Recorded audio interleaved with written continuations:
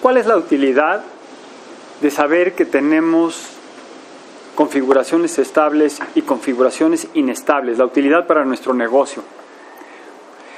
Pues la utilidad es, regresando un poco al ejemplo que habíamos visto anteriormente de la bicicleta, que si nosotros no repetimos lo suficiente una configuración cuando empieza, regresando al ejemplo de la bicicleta, interrumpimos esos 21 días que necesitamos para que se convierta en hábito, entonces desaparece ese conocimiento y ya no lo podemos aprovechar.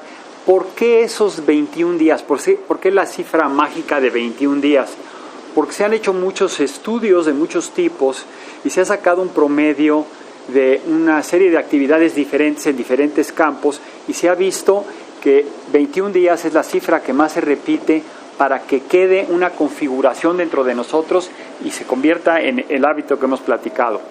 Entonces, en un negocio, por ejemplo, vamos a suponer que queremos convertir en un hábito una variable nodal que sería nuestra relación con nuestros clientes clave.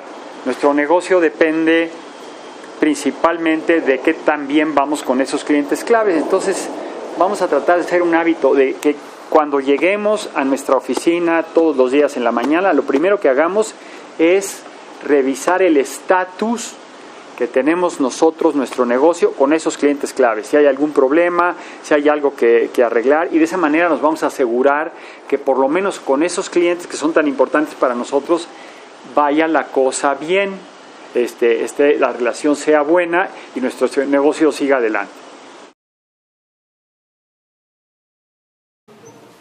Vamos a ver ahora el principio de la variación ciega. ¿A qué se refiere el principio de la variación ciega? A que si no tenemos la información mínima requerida para actuar, vamos muy probablemente a tomar decisiones al azar. Un ejemplo, vamos a suponer que vamos en una nave espacial a Marte. Entonces, amartizamos, o sea, el equivalente de aterrizar, y tenemos un monitor por el cual vemos la parte externa. Si nosotros prendemos el monitor y tratamos de ver qué hay afuera antes de salir de la nave, qué hay afuera, y no podemos ver porque el monitor de alguna manera no está captando, salen rayitas y rayitas, y nosotros tendríamos que salir. Estamos tomando un gran riesgo si salimos, abrimos la escotilla y a lo mejor nos encontramos con que estamos a la orilla de un barranco, o nos encontramos que hay ahí alguna actividad volcánica que nos va a afectar. O sea, estamos corriendo mucho riesgo porque no contamos con la información mínima necesaria. Si al contrario nuestro monitor funciona muy bien y podemos darle vuelta a la cámara para ver qué está pasando, entonces vamos a adquirir la información que necesitamos y podemos probablemente ver a través de nuestro monitor que no hay ningún problema, que es tierra firme y que no nos acecha ningún problema, y bajamos y entonces vamos con mucha más seguridad. Entonces, moraleja, adquirir la información mínima necesaria antes de actuar. Hay otro principio que se le llama Alicia y la Reina Roja. ¿Por qué le llaman así a este principio? Porque, no sé si ustedes recuerdan en el cuento de Alicia, que Alicia necesitaba en determinadas ocasiones hacerse muy chiquita, porque necesitaba salirse por la cerradura de la puerta, o porque tenía alguna necesidad de ser pequeña, y ella tenía la capacidad de hacerse pequeña. Y una vez que sorteaba el peligro, volvía a hacerse grande, y podía hacerse suficientemente grande cuando su vida corría el peligro porque la iba a atacar algún ser extraño o algo así. Esta cualidad, digamos, de cambiar según la necesidad, es a la que se le ha llamado el principio de la Reina Roja. ¿Qué ejemplo es este? Es, por ejemplo, hay ciertas ciertas cosas que requieren cambiar para permanecer, como en el caso de Alicia. Para permanecer viva, ella tenía que cambiar de tamaño. Bueno, pues hay cosas que para permanecer siendo lo que son, tienen que cambiar. Esto suena un poco como absurdo, ¿verdad? Pero vamos a poner un ejemplo en que creo que se puede ver muy bien. Un río. Un río es agua que corre, que fluye. El río es río mientras el agua está fluyendo, o sea, mientras está cambiando. El agua que pasa cada vez es agua diferente. Si nosotros cortamos el flujo del agua, pues lo convertimos en una presa o en un lago, pero ya no es río. Entonces, para que el río esté siendo río, tiene que estar cambiando.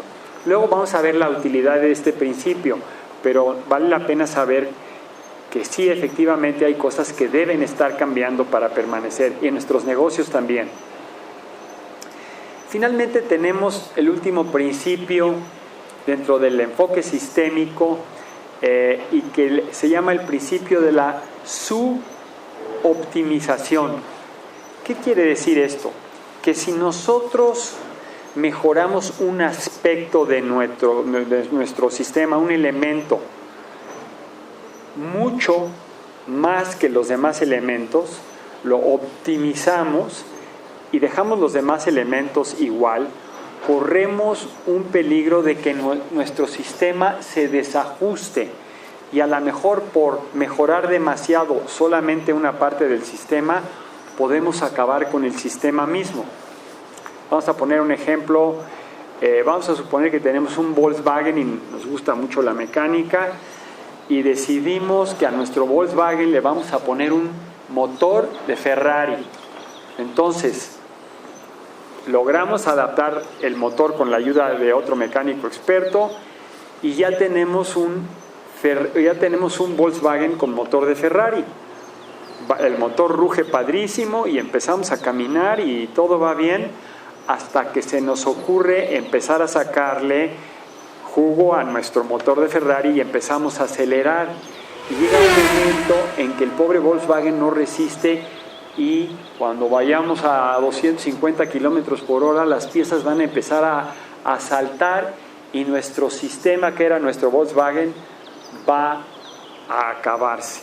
Entonces, tenemos que tener mucho cuidado en ver cuando estamos mejorando algo, una parte nada más, que no nos vaya a ocurrir eso, y tratar de que siempre las piezas de nuestro sistema estén funcionando de manera que unas no se interpongan en el camino de las otras. Recapitulando, ¿cuándo usar un sistema? Siempre que tengamos una serie de actividades que estén relacionadas entre sí y que vayamos a repetir varias veces, nos conviene enfocarlas integrándolas en un sistema. ¿Por qué? Porque lograremos una efectividad mucho mayor si integramos las diferentes actividades como componentes de un sistema que si las realizamos de manera independiente. Esto es algo parecido a lo que ocurre con tácticas aisladas o tácticas incorporadas en una estrategia. Surgirán características emergentes que de otra manera no se darían, y se obtendrá una secuencia que favorece el flujo de estas actividades, mejorando todo el proceso. En nuestro negocio aprenderemos cómo integrar y organizar todas las funciones y actividades importantes para que funcionen automáticamente, y para esto es necesario que estas actividades sean replicables y repetibles, y que se armen dentro de un ciclo. Si no estableces sistemas adecuadamente, te arriesgas a estar haciendo muchas cosas en tu negocio que no son productivas o relevantes. Los sistemas te ahorrarán muchísimo tiempo y mucho trabajo útil.